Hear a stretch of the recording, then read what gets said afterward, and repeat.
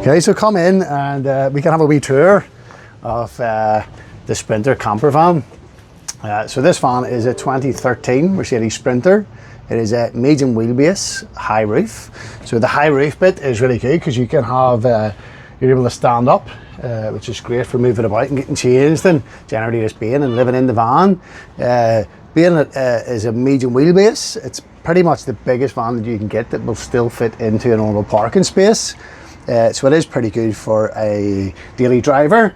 This particular van too, it has 3 seats in the front with seat belts, and in the back we have a rock and roll bed, and the rock and roll bed has a further 2 seat belts, so it can carry 5 people, and on the logbook it is registered and you can insure it for 5 people. So in the front of the van we have our swivel seat, so we can sit in the position it is now, and that's it's for nice seating in the evening, and then it swivels round for normal driving. Underneath the swivel seat we have our batteries, our electronics. So this one here, when the van's driving, it will charge our leisure battery. It can also charge it from 240, and we have solar panels on the roof which will also charge it when the van's static and when it's moving. So this van has a 230 amp hour lithium leisure battery made by Frogstar. It's literally just under the passenger seat here. It's got a wee app on it. So you just download the app on your phone. That'll tell you all the analytics on it, how much battery charges in and how much the solar panels are charging, or how much your 240 main hookup is charging, or how much your engine is charging the battery. We also have a little inverter in the van. So the inverter goes from 12 volt and produces 240 volt, like your household system. The socket for that is here. Now it only does low wattage appliances, but it's really good for if you want to charge your laptop or your phone or any other small devices. So moving around then, we have a nice little chest. This is removable, you can take it outside the van. I was just keeping my food and different bits and pieces in it. So under this little shelf here we have a diesel heater. So a diesel heater basically sucks diesel from the tank of the van, and it's like a little mini boiler, and under here there's the wee vent, and it's like a hairdryer. So we have the controller for it here, so you can just turn it on and off. So the van is it's fully comfortable in the winter, and it's very, very good for drying the van. You know, if it's wet, you can basically open the windows and let any moisture go out while the heater's drying the van. Moving around, so we have a Dometic cooker. It's got 2 rings and a little sink. The sink's got a micro switch, so when you turn the lever up, it basically turns the little pump on below. So we have a little pump that pumps your fresh water in. You just fill this at the top, and then your wastewater comes out of the sink here, and you can just empty that, obviously somewhere safe. We have our gas for the van, for the cooking, just in the little gas locker here. So you can open it up. So normally I would just open that gas valve whenever I'm cooking, and I would keep it closed whenever I'm traveling, just for safety. So moving on, we have a little row of switches for the van.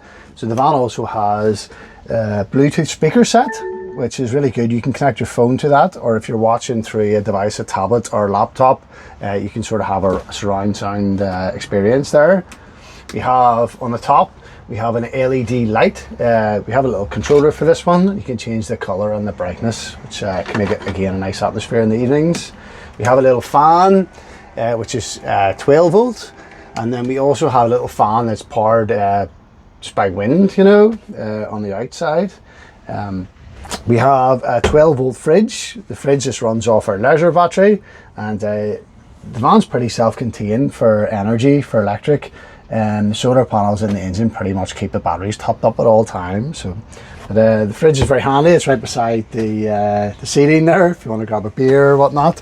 So moving on round, we have this is our rock and roll bed.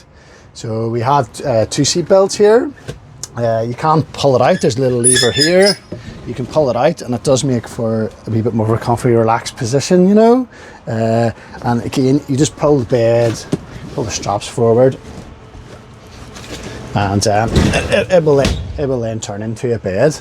You have the little cushions there for the second bed. The second bed's a little shorter. It can fit 1 adult diagonally, or two children. I'll pull it down here now. So this is our top bed, so there's normally 2 bolts in the edge just to keep that stable while we're driving. The beds will slide down like this. And I say we would normally take those mattress cushions and just pop them up, you know, so you can't have, that would be the configuration down, flat there. So I'll just pop that back up. We do have as well in the rear of the van, but we're going around for a little look now, but we do have a fan at the top of the storage cupboard next door and the bottom, so it will draw air into the cupboard and out the top, so you can do that if you have the heater on. It just keeps that cupboard nice and dry. The wee switch for that is on there, so I would turn that on every now and again just to keep the cupboard nice and fresh. So we can pop through if you need to use the toilet. You have to duck down a wee bit. So we'll be on around the other side. So. Okay, so this tucks you into the toilet very nicely. We have a little hand gel, a little mirror. This is where we store the table for inside. The light switch for in here is just there at the handle. You can see there's a little LED at the top. And so at the minute there's a little portaloo there which can be opened and emptied if you're on a campsite, etc. And then we have a wee bit more storage just in the back there.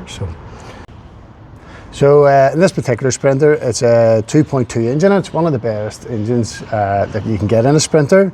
I've maintained this engine very well, and I've just serviced it there a couple of weeks ago.